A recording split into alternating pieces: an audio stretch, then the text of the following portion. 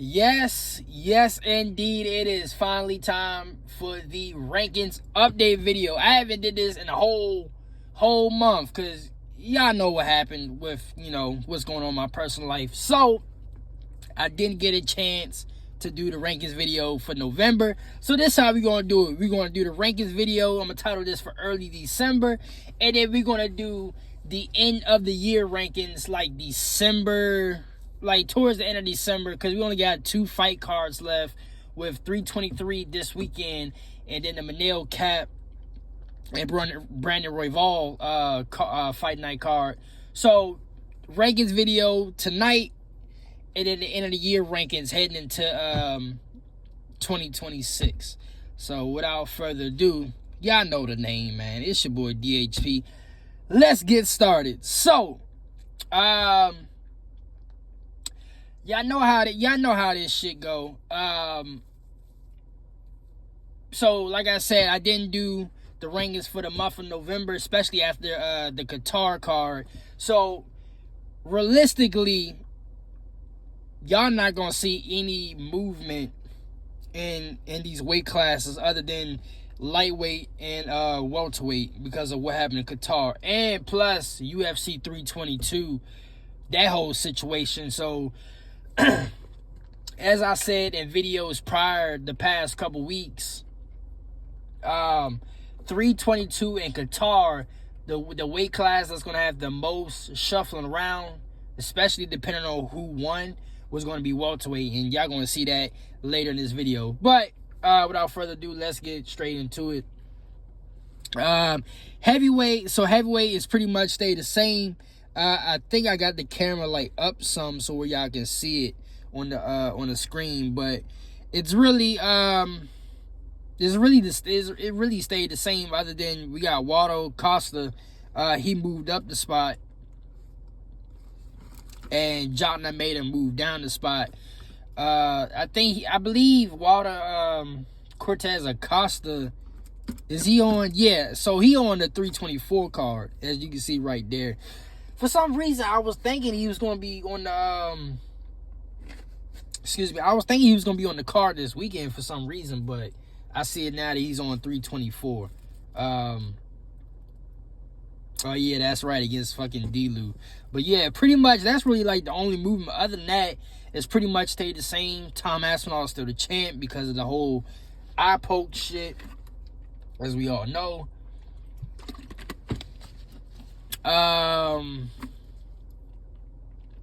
Yeah, it ain't really... I think majority of my commentary for the rankings is definitely going to be welterweight and lightweight, because it's definitely going to piggyback from. Also, I'm interested in flyweight too because of Horiguchi, so we definitely want to get into that. But I'm pretty much going to piggyback from the video I made yesterday about welterweight and lightweight. But yeah, heavyweight is pretty much stay the same. Realistically,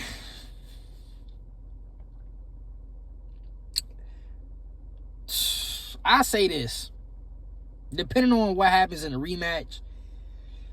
If Tom Aspinall can, get, and I'm going to still say it, if Tom Aspinall get through Saragon, he should just run through this heavyweight, because it's really, like, nobody other than, like, Walter Walker.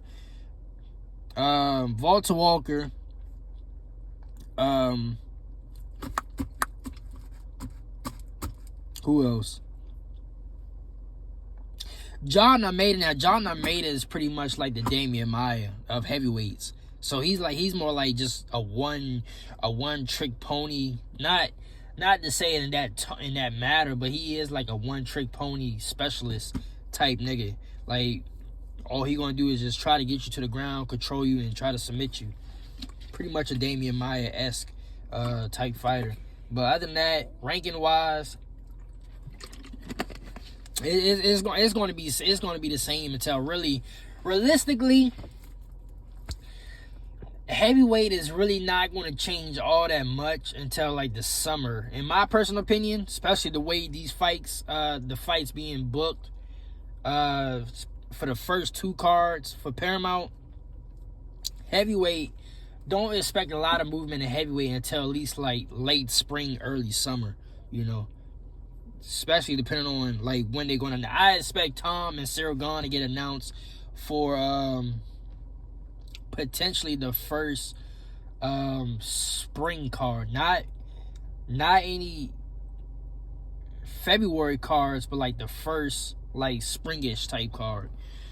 So we going to light heavyweight. Now this is interesting right here, because I low-key hate how they do this, and this is on the wiki page, but the UFC official webpage, they be doing this shit too. So Alex Behead is a champ. Yuri Prochazka is ranked number 1.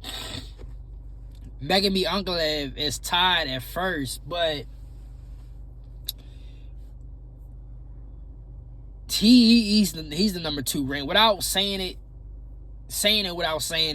he's the ranked number 2 light heavyweight in the UFC.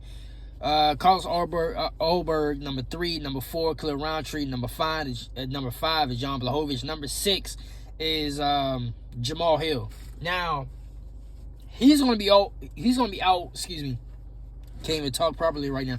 He's gonna be out for some time. So I expect him the same way I had Sean Strickland potentially dropping out of the top 3, top 5 type shit.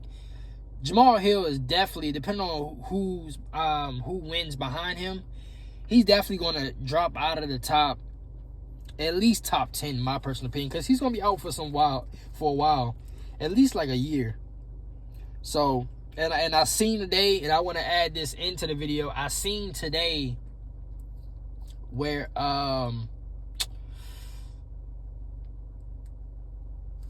Hunter Campbell said that they're going to start releasing fighters for inactivity, extended period of inactivity time. So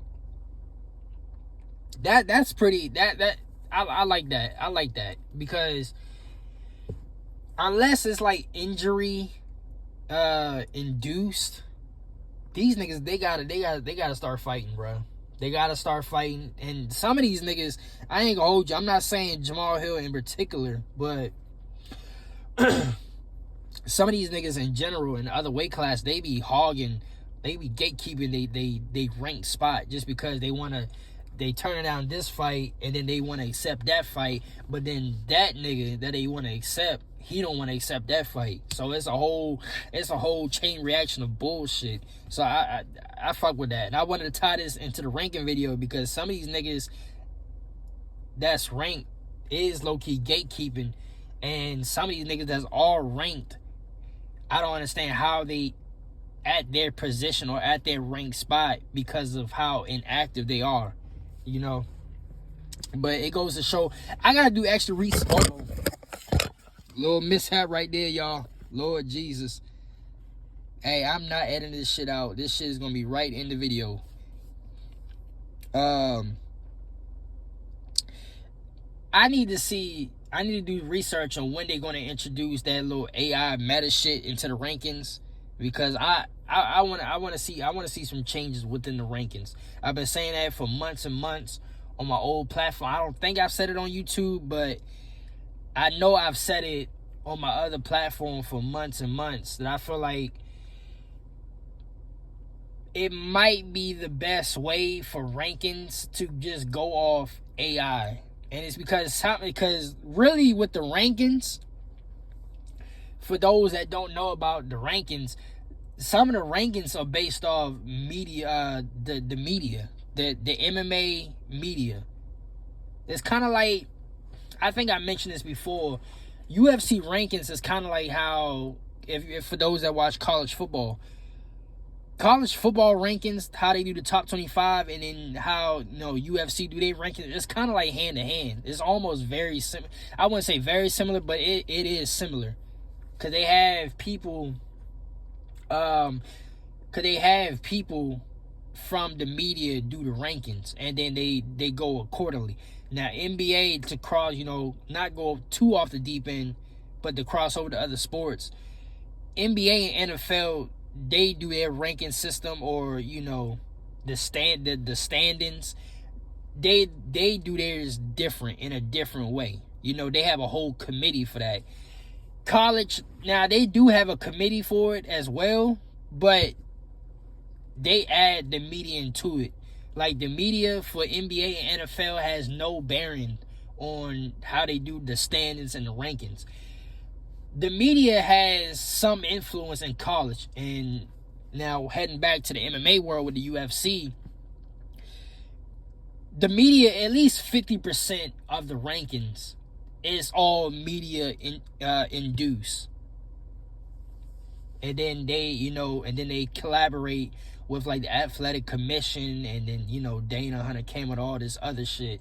So it's a lot of niggas it's not really a committee, it's a lot of niggas involved, but the media, the MMA media has a lot to do with it too, which is why I was like, you know what?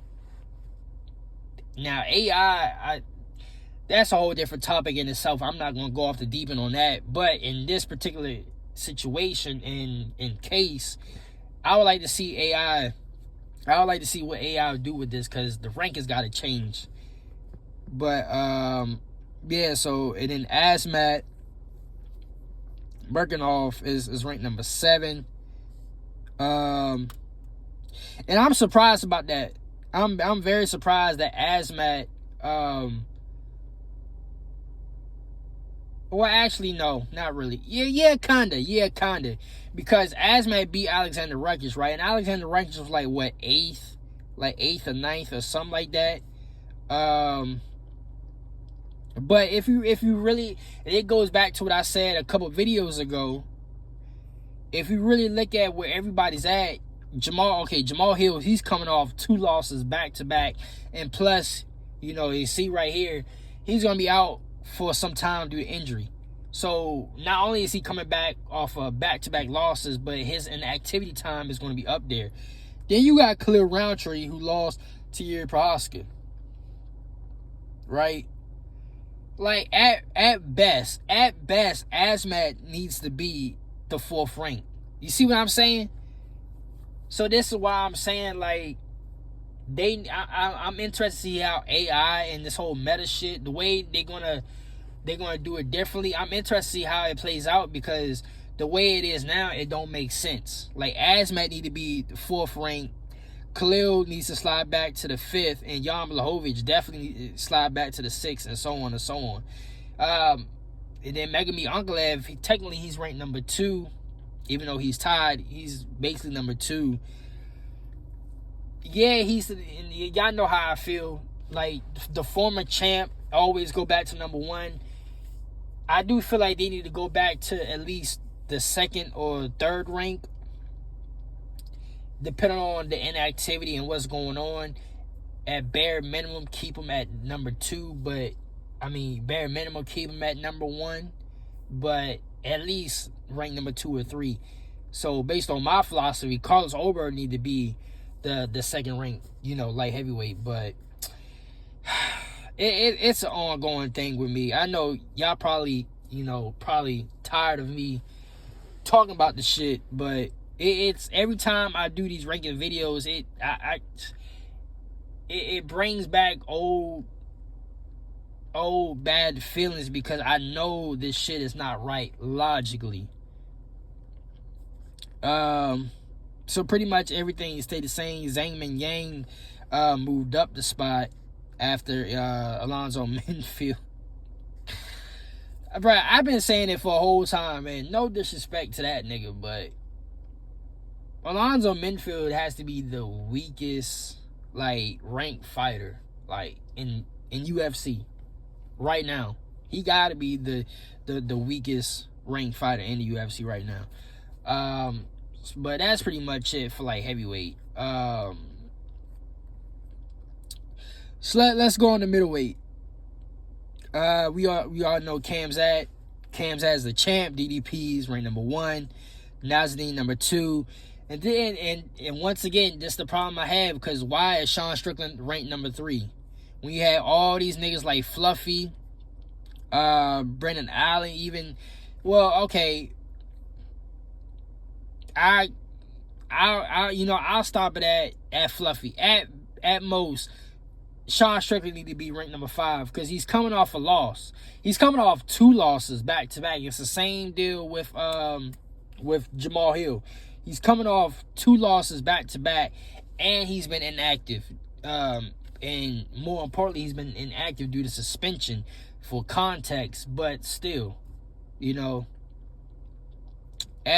in the way we go look at the last half of middleweight, you know, Izzy, Caio Borrello, RDR, Robert Whitaker, MVP, Cannonier, Roman Dolidze, RoboCop is now entered the top 15 with that win against Roman. So when you look at Sean Strickland, him losing back-to-back and his inactivity time, and then you look at the last half, then okay, at bare maximum, he needs to be ranked number 5. Now, you could say Brendan Allen got the most recent win, so Fluffy should be ranked number 3. Brendan Allen should be, you know what? You know, I keep saying the number 5, but excuse me, y'all, cause my maths ain't right. So at bare maximum, Sean need to be ranked number 4. Excuse me, I corrected myself like minutes later. I know y'all probably listen to this like, this man DHP tripping right now. But yeah, Sean needs to be ranked number 4. Fluffy need to be ranked number 3. That's bare maximum. Now, if you want to go off recent wins and recent activity time, then okay, then you push Sean back to number 5 and give Brendan Allen the number 4 spot. And we all know, for some reason, DDP is ranked number 1 because he's the former champ. I just explained it with, with Megamid, Unkalev, his situation. So yeah, that's pretty much it. You know, middleweight is going to, majority of these weight classes is going to stay the same up until we get more, more fight bookings in February and springtime. We all know with 324 and 325,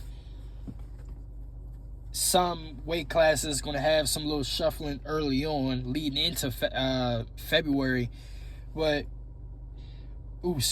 majority of it is not. We're not going to see much shuffling until, I'm gonna say around, give or take, like March. Welterweight. Now this is what we're here to see. Welterweight. So we all know Islam is the champ because he beat JDM. So JDM slides back to being number 1, the former champ. So you see all this, a lot of movement going on here. So Ian Garry is now the second ranked fighter in welterweight for the UFC. Shavkat. Now Shavkat before, because I checked out the rankings before 322. Before 322, Shavkat was actually, he slid down some. So I'm guessing everybody moved up. Well, him in particular, he moved up the spot because of a lot of things. A lot of things came into play for why he moved up. Because before 322, he was down a spot. But in the mix of that, Islam beat JDM. Sean Brady lost to Michael Morales, which y'all see he's down to the 7th rank. And then Ian Garry beat Belair. So I think Shavkat, the only people that was ahead of him was Belair and Sean Brady. And plus JDM was the champ. So a lot of things took into effect during 322 and the next week at Qatar. So that's why Shavkat somehow ended up moving a spot. But yeah, Shavkat number 3, Michael Morales. But that's the thing I'm confused about, is because with Michael beating Sean Brady, right? Especially with Michael finishing Sean Brady. And I did say, you go check the tape leading up to 322. I was saying, like, whoever, it really comes down to, out of all the people, let me rephrase that, out of all the people in this little mini welterweight tournament for the month of November with 322 in Qatar, really the one, depending on who wins and who loses, the ones that has the most to gain as far as ranking spots is Michael Morales if he was to beat Sean Brady, and Ian Garry if he was to beat Belal. And those ended up happening, so now you see it. But now I think about it, I am shocked that Shavkat moved up the spot and Michael Morales moved down the spot, because Michael Morales, not only is he on a winning streak himself, so both of them are both in winning streaks. So now you go to the next category, which is inactive activity time.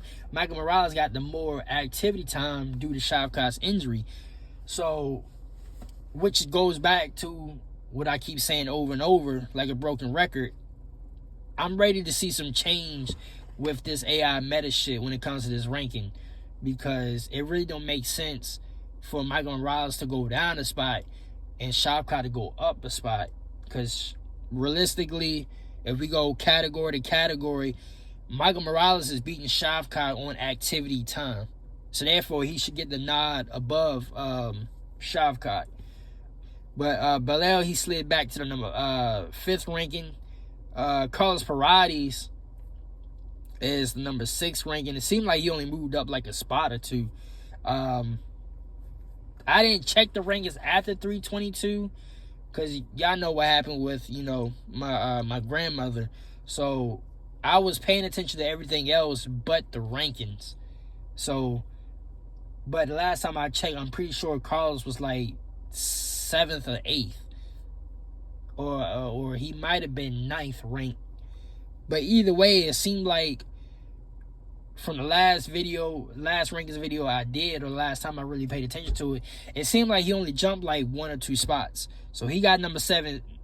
Sean Brady slid back to the number 7th rank. Marty Usman is back to the 8th.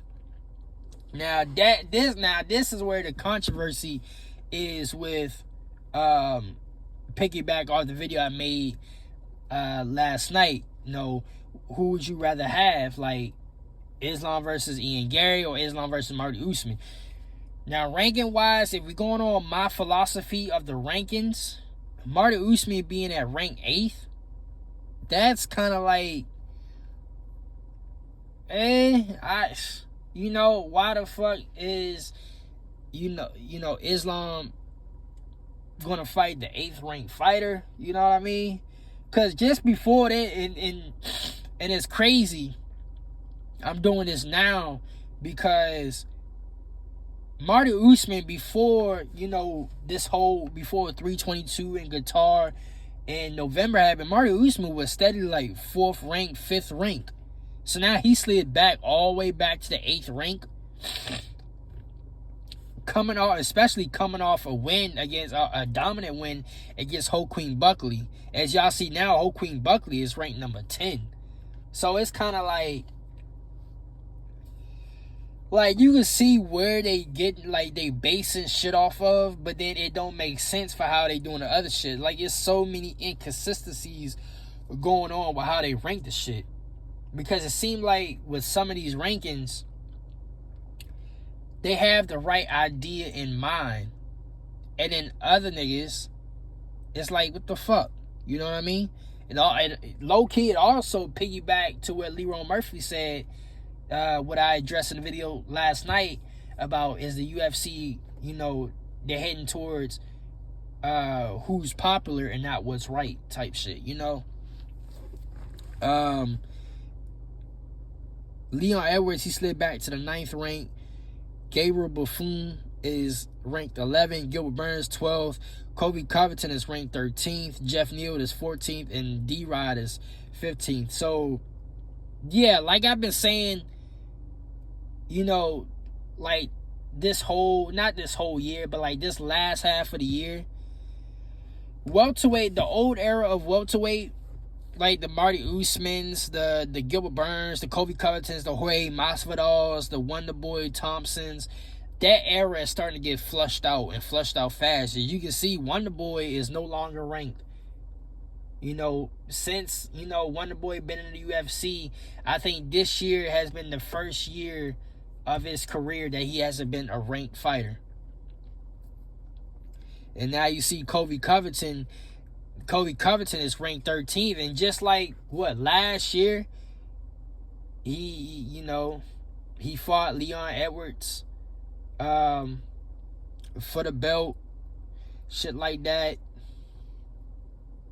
And then, he lost against Ho Queen Buckley. Ho Queen Buckley whooped his ass. So it's kind of like that whole era is, this is about to be non-existent. The old era is gone, and the new era of welterweight is finally arisen, But that's for welterweight. Really the main course and the main meal of this video is welterweight, because 322 and Qatar pretty much changed the outlook of welterweight dramatically, or I said dramatically and drastically, because now we seeing the new era of the welterweight is finally here. The new era of welterweight is here, and is here to stay.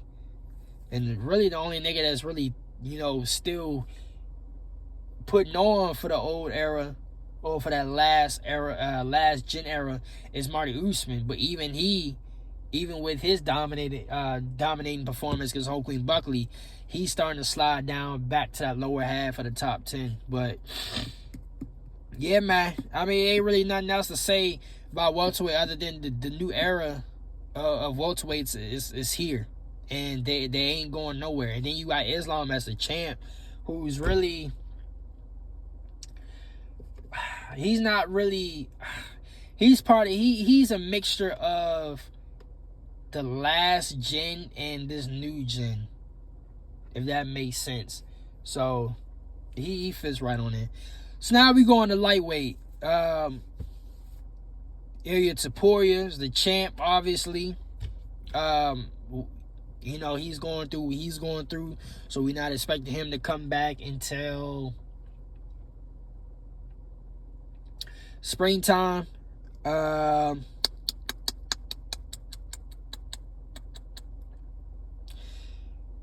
Sayukin's ranked number 1. Charlie Olive's ranked number 2. And then Max Holloway. And this is probably why, everybody is somewhat, you can say frustrated, but like confused, because so you got Justin Gaethje and Paddy Pimblett at number 5, right? So it's kind of like, why do they deserve a shot at Topuria? And to piggyback off the video last night, why should they fight for the interim belt when Arman Sayukin is ranked number 1? But we all know, I gave the context in my video.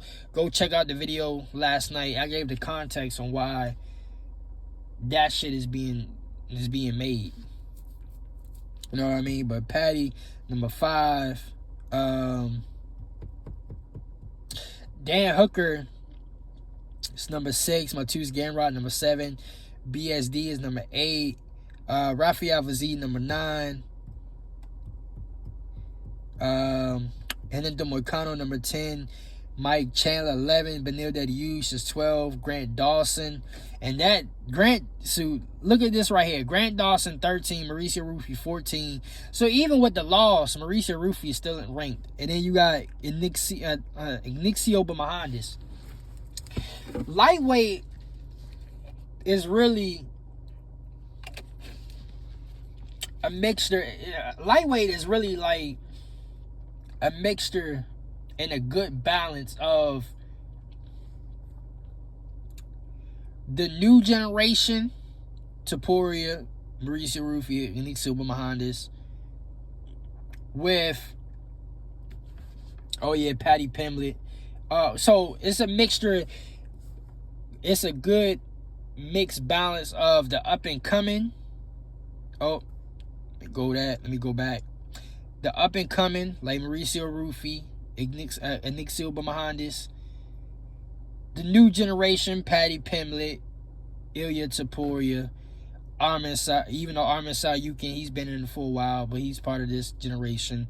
Rafael Vazid, and then the proven veterans who still got it, and Max Holloway, Charlie Olives, Justin Gaethje.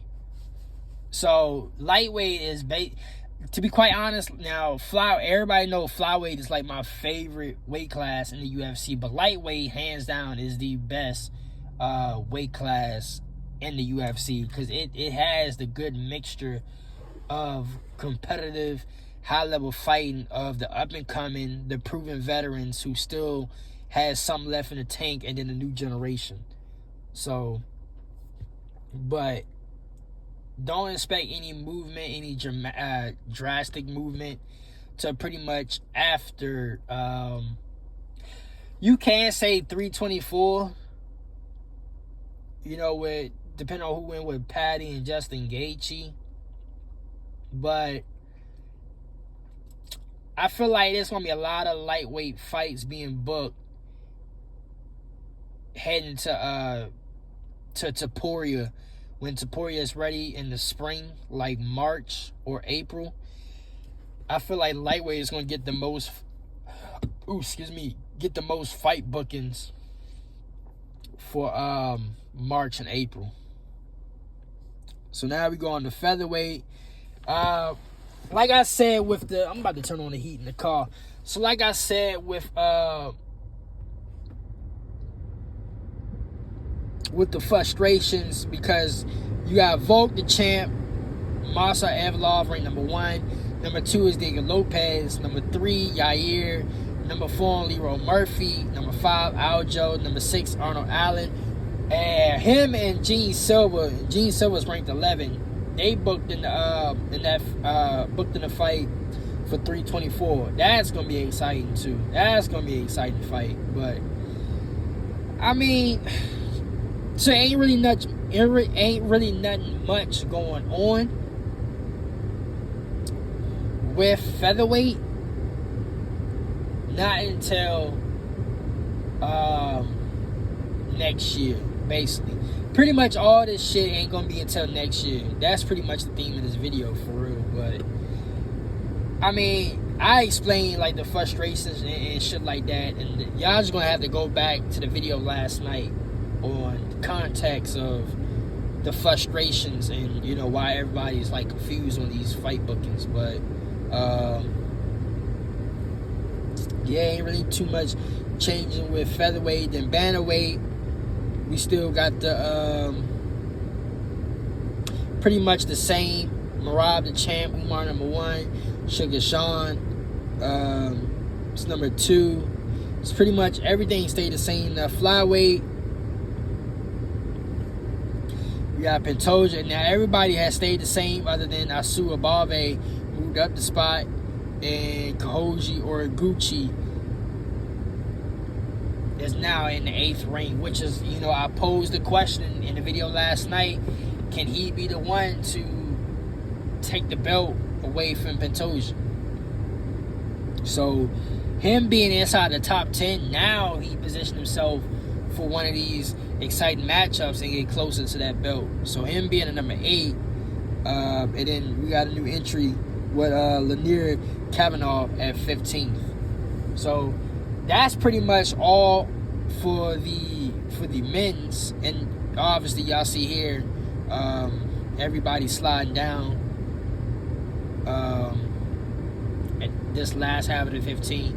But as y'all can see, especially with the past month and a half, only really welterweight and flyweight has the most shuffling.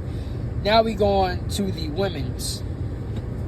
And I might, matter of fact, I'm gonna do the women's in its own video, because I'm gonna start doing like side women's MMA talk, because I want to talk about them as a collective. So that's pretty much it for the rankings right here. We're gonna continue with the women's, especially with Kayla Harrison and Juliana Pena. I said Juliana Pena, with Kayla Harrison and Amanda Nunes getting booked for 324. They the co-main event. I'm gonna talk about them in a different video. They're gonna get their own segment and time and energy. But yeah, man, welterweight and flyweight's really been the only like truly like shuffling within the past month. So we're gonna see how the end of the year is, because we got some more flyweight fights with, you know, Nell, Cat, Brandon Revolve, and then bantamweight. You know, somehow, some way, Patreon beats Marab. That's gonna be some more shuffling in the bantamweight. But yeah, man. Until my next video tomorrow, because hey, it's 323 week. I'm back, so yeah, y'all gonna get some videos every day this week. I do have some videos planned for this week that I might hold off on just to push out the other shit. But regardless, y'all still gonna get this content on a daily until after 323. But yeah, man, until my next video tomorrow, this concludes the rankings update. Holla at y'all niggas later, man.